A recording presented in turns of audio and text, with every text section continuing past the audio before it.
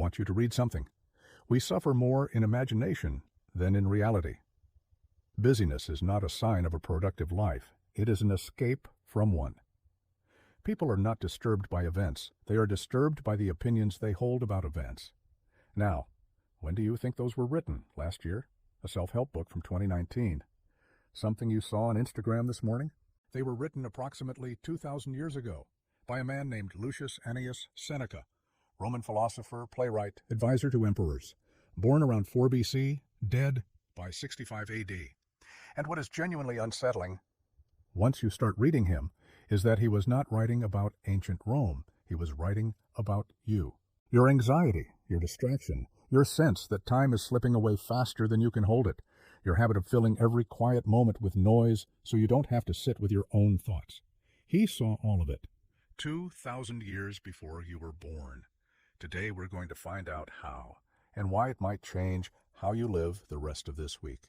First, who was this man and why should you trust him? Because here's the thing about Seneca that most people don't know. He wasn't a monk living in the mountains, disconnected from real life, telling everyone else how to behave. He was deeply, messily, uncomfortably inside the world. He was one of the wealthiest men in Rome. He had political enemies who wanted him dead.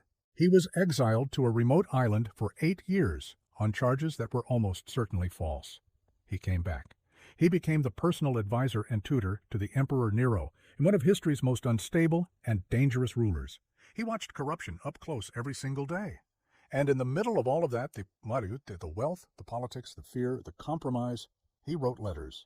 Hundreds of letters to a friend named Lucilius. Letters about how to actually live.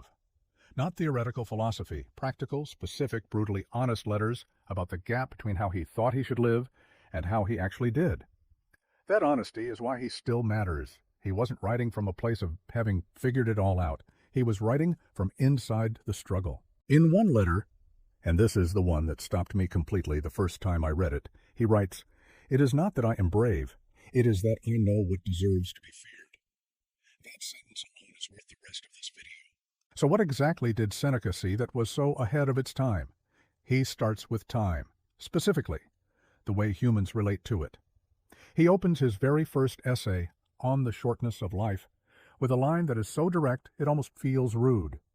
It is not that we have a short time to live, it is that we waste most of it. He then goes on to describe, in 49 AD, the exact behavior patterns that define modern American life. He writes about people who are constantly busy but never feel like they've accomplished anything. He writes about people who are always planning the future. When I get the promotion, when the kids are older, when I have more money, and never actually living in the present. He writes about people who hand their attention to anyone who demands it, who let other people's opinions, other people's schedules, other people's drama consume all the hours of their day. He calls this the preoccupied life, and he says it is the most common and the most tragic way a human being can exist. Now I want you to sit with something. He wrote that in a world with no smartphones, no social media, no 24-hour news cycle, no notifications, no inbox, no algorithm designed by a team of engineers to make sure you never look away. He saw distraction as the defining disease of human life, without any of the technology we use to distract ourselves, which raises a question worth asking. If he thought Romans were bad at protecting their attention in 49 AD, what would he say about us? Here are 3 specific things Seneca wrote about 2,000 years ago that modern psychology has only recently caught up to. Number 1, anxiety is almost always about the future, not the present. Seneca wrote, "There are more things likely to frighten us than there are to crush us. We suffer more in imagination than in reality." In 2011, Harvard psychologists Matthew Killingsworth and Daniel Gilbert published a study showing that the human mind wanders from what it's doing almost 47% of the time. And that mind wandering, particularly about the future, is the single biggest predictor of unhappiness. Not what happens to you, not your circumstances, where your mind goes when you're not paying attention. Seneca called this 2 millennia ago. He just didn't have a psychology department to publish it in. This one is the most uncomfortable. Seneca writes, "Retire into yourself as much as you can. Associate with people who are likely to improve you. The time you enjoy wasting is not wasted time. But the time you fill with noise to avoid yourself, that time is truly lost." Modern therapists call this productive procrastination, the habit of filling your day with tasks or errands and obligations specifically to avoid sitting quietly with your own thoughts. You know the feeling. You're not lazy, you're exhausted, and constantly busy. But at the end of the day, something feels hollow.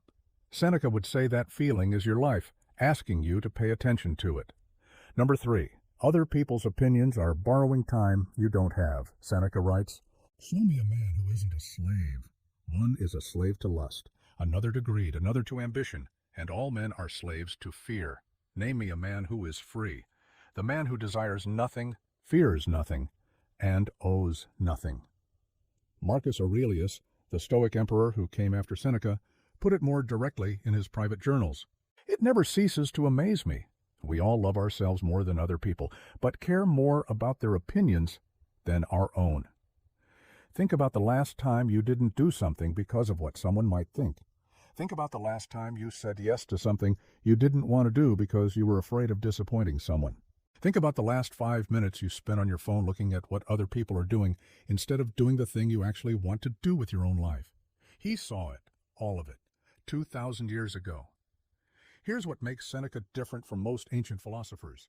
He didn't just diagnose the problem, he had a daily practice, and it's almost insultingly simple. Every evening before bed, he reviewed his day. Not in a self-punishing way, more like a quiet audit. He wrote, "When the light has been removed and my wife has fallen silent, I examine my entire day, going through what I have done and said.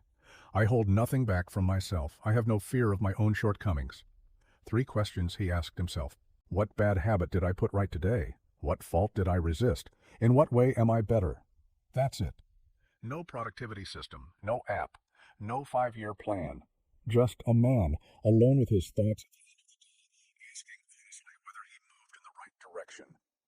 Epictetus, another Stoic, who was born an actual slave and became one of the most influential philosophers in Roman history, framed the same practice differently. He said the only question that matters when you wake up in the morning is, what is in my control today and what is not?